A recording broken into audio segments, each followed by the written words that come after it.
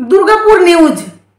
ঘটনার দিন মেয়েটির সাথে আসলে কি হয়েছিল, এমনকি যে দুর্গাপুর নির্যাতন কাণ্ডের দিন কি করেছিলেন তার সহপাঠী, কে ফোন করে তাকে ডেকেছিল, মানে মেয়েটিকে আসলে কে ফোন করে ডেকেছিল, চলুন আপনাদেরকে পুরো ডিটেলসে সবটা বলবো। তার সাথে আরেকটি অত্যন্ত গুরুত্বপূর্ণ তথ্য যে এবার গুজরাতের মুখ্যমন্ত্রী মেয়েটির মাকে ফোন করলেন, কি বললেন, চলুন আপনাদেরকে পুরো ডিটেলসে সবটা বলবো। আসল অপরাধীকে এবার কিন্তু সামনে এসছে।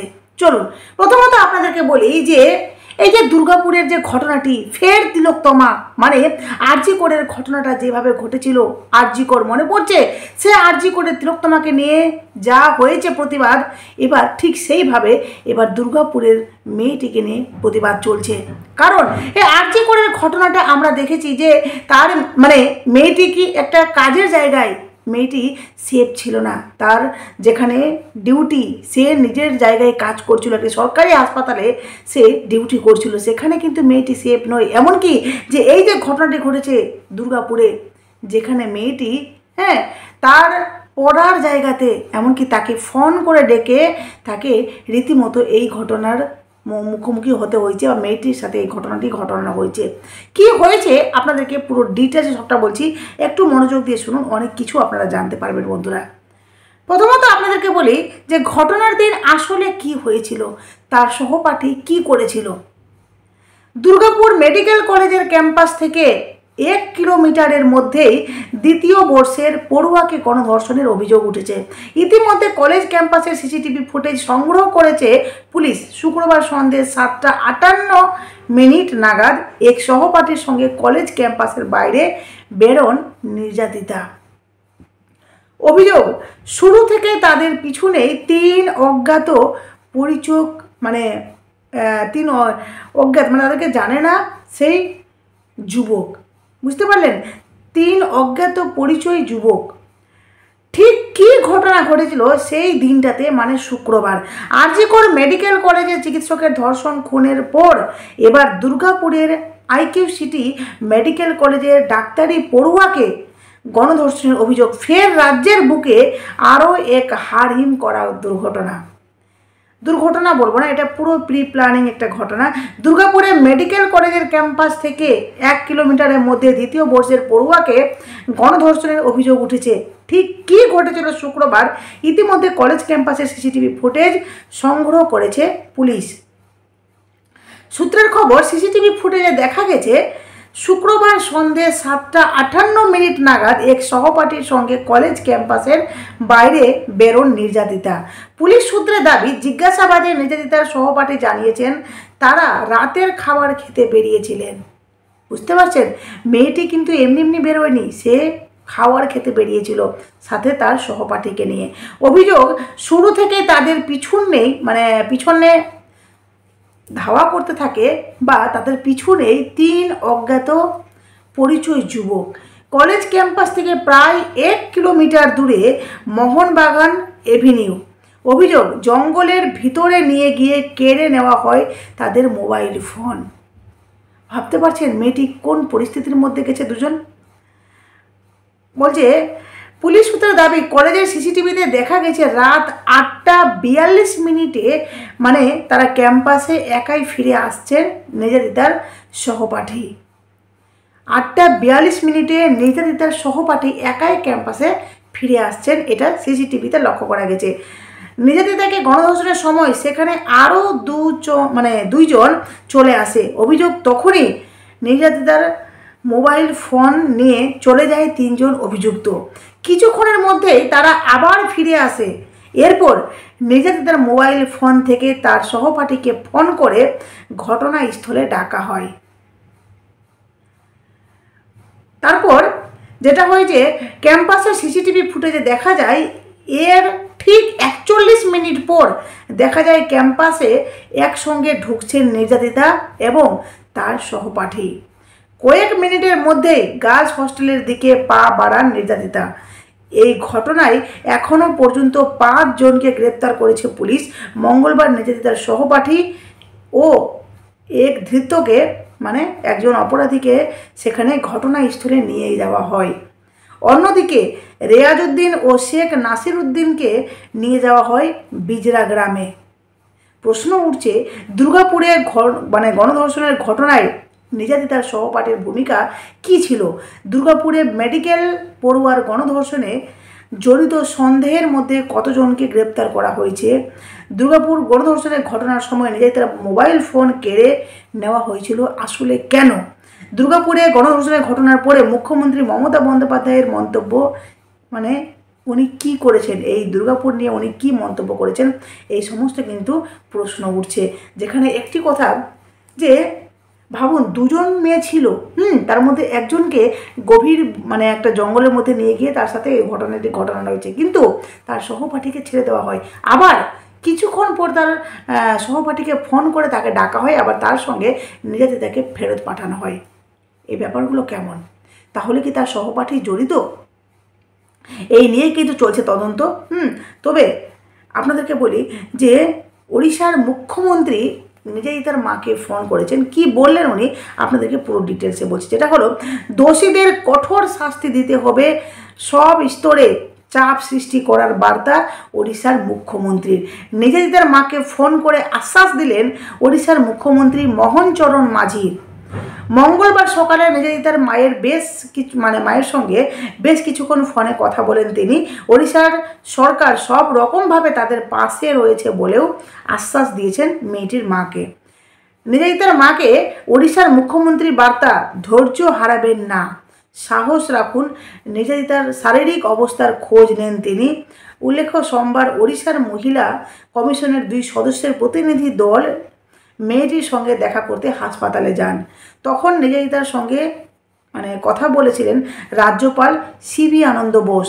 সে কারণে প্রথমে তাদের হাসপাতাল ঢুকতে দেওয়া হয়নি, ব্যারিকেডের বাইরে অপেক্ষা করেন তারা। পরে তারা নির্যাতিতার সঙ্গে দেখা করেন। মহিলা কমিশনের প্রতিনিধিদের সঙ্গে কথা হয়েছে কিনা সেটা নির্যাতিতার মায়ের কাছে জানতে চান ওড়িশার মুখ্যমন্ত্রী। সোমবার দুর্গাপুরে নির্যাতিতার পরিবারের সঙ্গে দেখা করেন রাজ্য বিধানসভার বিরোধী দলনেতা শুভেন্দু অধিকারী। বুঝতে পারছেন, তিনি নির্যাতিতার বাবাকে পাশে বসিয়ে সাংবাদিক বৈঠক করেন। কেন এখনো পর্যন্ত মমতা বন্দ্যোপাধ্যায় মুখ্যমন্ত্রী ফোন করে নির্যাতিতার খোঁজ নিলেন না, তা নিয়ে প্রশ্ন তোলেন শুভেন্দু অধিকারী। শুভেন্দু বলেন, আমরা ওড়িশার একজন মেয়েকে এখানে সুরক্ষিত রাখতে পারলাম না, এটা সত্যি লজ্জিত, তাই না?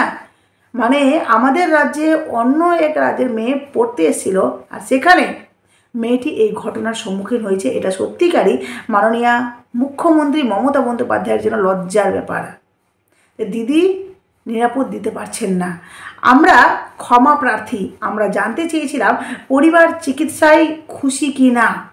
পরিবার জানিয়েছে আরও ভালো চিকিৎসার জন্য ভুবনেশ্বর এমসে নিয়ে যেতে। এখন নির্যাতিতা খাওয়া দাওয়া করছে। নির্যাতিতার শারীরিক পরিস্থিতির কথা প্রসঙ্গে তিনি বলেন, আমি শুনে আরও লজ্জিত যে আমাদের মুখ্যমন্ত্রী মমতা বন্দ্যোপাধ্যায় তিনি আসেননি, ফোনও করেননি, অথচ ওড়িশার মুখ্যমন্ত্রী মোহন মাঝি ফোন করে সহানুভূতি জানিয়েছেন। ছাত্রীর ভবিষ্যতের ব্যাপারে সহযোগিতার আশ্বাস দিয়েছেন।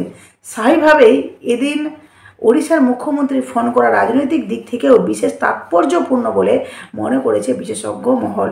বুঝতে পারছেন, এই হলো আমাদের রাজ্যের অবস্থা, যেখানে দিদি একবারের জন্য না খোঁজ নিয়েছে, না ফোন করেছে, না দেখতে গেছেন। কিন্তু ভাবুন, মেয়েটি ওড়িশার মুখ্যমন্ত্রী কিন্তু রীতিমতো ফোন করেছেন। উনি কতটা নিজের রাজ্যের প্রতি বা নিজের যেখানকার উনি দায়িত্ব নিয়েছেন বা দায়িত্বে আছেন, উনি সেখানকার প্রতি কতটা কর্তব্য পরায়ণ, যে দেখুন উনি রীতিমতো ফোন করে খোঁজ নিয়েছেন, এমনকি মেয়েটির ভবিষ্যতের জন্য আশ্বাসও দিয়েছেন। দিদিকে মানুষ কেন বলে যে উনি কেন পদত্যাগ করছেন না, এই কারণগুলোর জন্যই মমতা বন্দ্যোপাধ্যায়কে দাবি করা হয়, বারবার বলা হয় জনতার দিক থেকে যে উনি কেন পদত্যাগ করছেন না।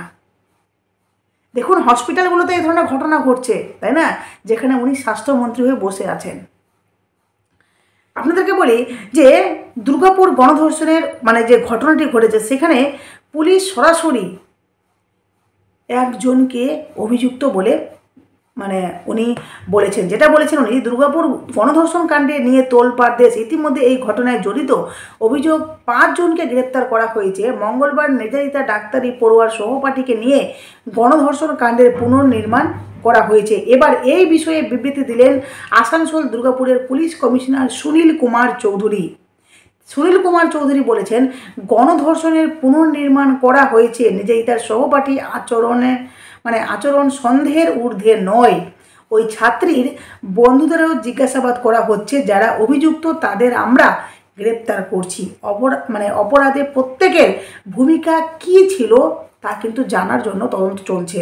এখনও পর্যন্ত যা টেকনিক্যাল এভিডেন্স পেয়েছি তার ভিত্তিতে সমস্ত বিষয় খতিয়ে দেখা হচ্ছে। নির্যাতিতার পুরুষ বন্ধু এবং অভিযুক্ত 5 জনের পোশাক তদন্তের স্বার্থে বাজেয়াপ্ত করা হয়েছে, তাদের পোশাকগুলো। আরজিকর কাণ্ডে পুলিশের ভূমিকা নিয়ে প্রশ্ন উঠেছিল হাজারো। এবার যাতে আরও কোনো প্রশ্ন না ওঠে সে বিষয়ে সদা সচেতন রয়েছে পুলিশ প্রশাসন। সেই ছায়া পড়েছে আসানসোল দুর্গাপুরের পুলিশ কমিশনারের বক্তব্যেও। আত্মপক্ষ সমর্থন ও নির্যাতিতার পরিবারের প্রতি সমবেদনা রেখে সুনীল কুমার চৌধুরীর আরও সংযোজন, নির্যাতিতার পরিবারের সঙ্গে আমরা আছি, থাকবো। ওদের প্রতিটি বিষয় জানানো হচ্ছে, ওদের নিরাপত্তাও দিতে চাই। ধর্ষণে সরাসরি অভিযুক্ত 1 জন, বাকিদের ভূমিকা খতিয়ে দেখা হচ্ছে। বলা হচ্ছে যেখানে গণধর্ষণ বলে সামনে নিয়ে আসা হয়েছিল তথ্যটি, সেখানে বলা হচ্ছে যে ধর্ষণ 1 জন শুধুমাত্র মেয়েটিকে ধর্ষণ করেছে। বাকিদের ভূমিকা কী ছিল সেটাও কিন্তু বেশ খতিয়ে দেখা হচ্ছে। 48 ঘন্টার মধ্যে সবাইকে গ্রেপ্তার করা হয়েছে, বাকিদের ভূমিকা খতিয়ে দেখা হচ্ছে। রাত 3:38 হাসপাতাল কর্তৃপক্ষ আমাদেরকে ঘটনার বিষয়ে অবহিত করেছিল। ঘটনা জানতে পারার সঙ্গে সঙ্গে আমরা গিয়েছি, ঘটনাস্থল ঘিরেছি। যেভাবে তদন্ত চলছে তাতে আমরা সন্তুষ্ট। তদন্ত নেমে 5 জনকে আমরা গ্রেপ্তার করেছি, নির্যাতিতার ফোন উদ্ধারও করেছি। বুঝতে পারলেন? আর মঙ্গলবার দুর্গাপুর গণধর্ষণ কাণ্ডে অভিযুক্তদের ঘটনাস্থলে এনে পুনর্নির্মাণ কাজ শুরু করেছে পুলিশ। বলছে পরাণগঞ্জের জঙ্গলে তাদের নিয়ে যাওয়া হয়, সেখানে ঘটনার পুনর্নির্মাণ কাজ করেন তদন্তকারী অফিসাররা। ওই দিন ঠিক কী ঘটেছিল সব পুঙ্খানুপুঙ্খ জানার জন্য চেষ্টা করে পুলিশ। গোটা জঙ্গল ঘিরে ফেলা হয়। বুধবার অভিযুক্তদের মেডিকেল টেস্ট করা হবে বলে জানা গিয়েছে।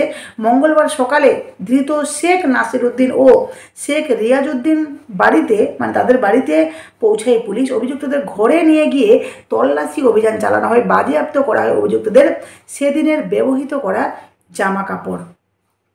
রবিবার ও সোমবার এই 2 দিনে 5 জনকে গ্রেপ্তার করেছে পুলিশ। দুর্গাপুর মহকুমা আদালতে তোলা হলে তাদের পুলিশ হেফাজতের নির্দেশ দেওয়া হয়েছে। পরের দিন একই সঙ্গে 5 জনকে আদালতে তোলা হবে। তার আগে সব তথ্য হাতে পেতে মরিয়া পুলিশ। নির্যাতিতার সহপাঠীকেও আটক করা হয়েছে। 5 অভিযুক্তকে একসঙ্গে বসিয়ে জিজ্ঞাসাবাদ করতে পারে পুলিশ। পাশাপাশি অভিযুক্তদের ডিএনএ পরীক্ষা করানোর প্রস্তুতি নেওয়া হচ্ছে। এই ঘটনায় সহপাঠীর ভূমিকা কী ছিল সেটাও রয়েছে আতস কাচের তলায়। তার যে সহপাঠী, এই যে গেল আসলো, সেই নিয়ে আসলো, সেই আবার বাইরে নিয়ে গেল, এই ঘটনাটা আসলে কি? যাই হোক, পরবর্তী তথ্য অবশ্যই আপনাদেরকে দেবো। তবে ইতিমধ্যে যা তথ্য এসে সবটাই আপনাদেরকে দিলাম। অবশ্যই নতুন থাকলে চ্যানেল সাবস্ক্রাইব করে নোটিফিকেশন পাশে থাকবেন। টাটা।